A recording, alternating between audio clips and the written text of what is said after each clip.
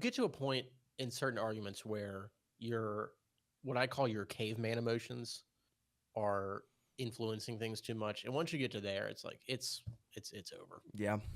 You Yeah. know, I think emotions are at the basis of basically everything, but there's a difference between like the sort of impulsive emotions and then the emotions of like I want a very sophisticated sense of well-being for the world Yeah. and myself and my Yeah. community. So yeah, Yeah. I'm with you. No, it's good. Yeah, So yeah. You have successfully converted me to be a Warren Smith rage infused a hater. commentator. Yeah. Yeah. Yeah, he that I Mm. you should see his Discord. I'm on his Discord and I argue with people there, and not I not love it. not everybody's bad, but there are some where I'm like, dude, Yeah. Yeah. you're just You're just not being, yeah. Just not being serious. That's the big thing. You know what I mean? It's just you're not serious. yeah, so So, serious. Yeah, yep. yeah. Well, the problem is people can vote. Not that they shouldn't be allowed to vote, but like when the fact that the fact that they do vote is a problem. They There should be was allowed to. there was a Super Bowl commercial with Larry David, the guy who created Seinfeld, and he's like going back in time to like stop all these like bad ideas, and all this stuff. And there's one clip of him in the Continental Congress, like they're like working on the Declaration of Independence, and they're doing all this stuff, and Oh, he's like, I think I know what this is. all people can vote. Are you sure you want that? Like, it's really it's funny. It's funny to think about. Yeah, But yeah. Well, that's an issue that's impossible to solve. That's another slippery slope thing. Like if you could wipe the slate and create a perfect world where you could have some kind of civic test that was perfect for everybody and very much made sure you knew what you were talking about, that'd be fantastic. yeah. But that is just like an absolute cesspool for discrimination. Well, Like they're gonna be like, oh yeah, we just want people to be smart, and it's like, that's weird. Now all the black people can't vote while this guy was in power. That's a little suspicious. I wonder how that happened. Like, or like you have this wild sect of Christianity that is like, I think when we repeal the 19th Amendment, the world goes back to like order and dignity, and you're like, which one is the 19th? Remind me. the women's suffrage. All the women, yeah, Mm-hmm. yeah, that's so Yeah. dumb. As a matter of fact, that article I sent you about in the New York Times with the church that's actually in my area, that's the whole thing the New York Times covered, was just how this church adopts and interacts with that whole thing. It's very interesting. It's super interesting. So I sent that link to you so you can take a look at it. And of course, the pastor What is do you like, sorry, remind me. What is it they interact with? Sorry, my brain is the fried. so like the so yeah so like the church that's here is like very big on like patriarchy, biblical patriarchy. And when I say Oh yeah, biblical yeah, yeah. patriarchy, I mean like some whacked weird. And then the pastor's like, "This New York Times did this great article about us and all this." I'm like, "Brother, that is not a great article."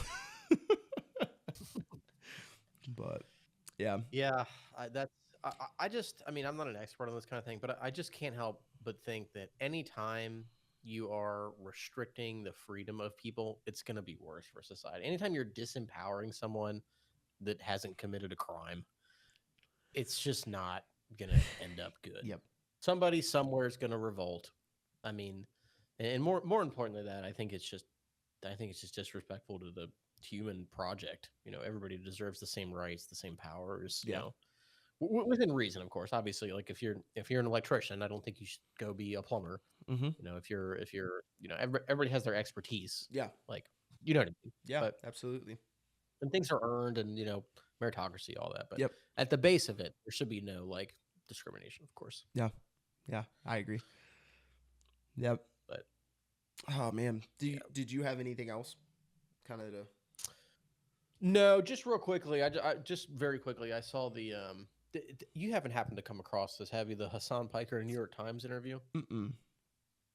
Maybe we can dive more into this when we both watch it. But I saw a little preview, and they were talking about like piracy, and I think one girl said that she like when she got food from Whole Foods and then forgot she got limes, so she just went back in and like stole the limes because she thought it was like, and she didn't feel bad about it or something. Yada yada yada. But I just think there's like a huge moral inconsistency that can be shown because Yeah. so here's what I mean. There's often an idea, especially about like pro labor people, of which I am pro labor, where you would say something like I would imagine you would say something like, well, if you look at a company like Amazon, Disney, Kroger, whatever it might be, these are companies who are primarily made up of small town workers Yep. or like the small, like the everyday man, right? Mm-hmm. And you could use that as an argument for like unions of like Kroger. Kroger is the everyday middle class guy. It's 80% of the workforce or whatever. Yep. You know what I mean? Or Kroger is or Amazon is the middle class. 90% of their workers are in the factories, whatever. Yep. But then, like, if you're going to say that, you then can't turn around and say, it's okay that I stole from Whole Foods because it's Jeff Bezos. Yeah. Because you just told me that 80% Yeah. of Amazon is, so that's who you're really stealing from. Yeah. So if you want to do that, that's fine. Or not, that's fine. If you want to do that, that's what you have to defend. Yep. Because you're not really defending against stealing Jeff Bezos. You're defending against stealing against the masses of most people who are middle class. Yep. So, and Yeah. that's why I said the same thing like with like pirating movies, and obviously there's more nuance to this with the streaming that we've talked about a million times. Yeah. But in general, like if you're going to say something, oh, I don't mind to steal from Disney, it's just they're $1 billion company. It's like, well, Disney is not just like this like placard that has $1 billion under it that the one CEO owns.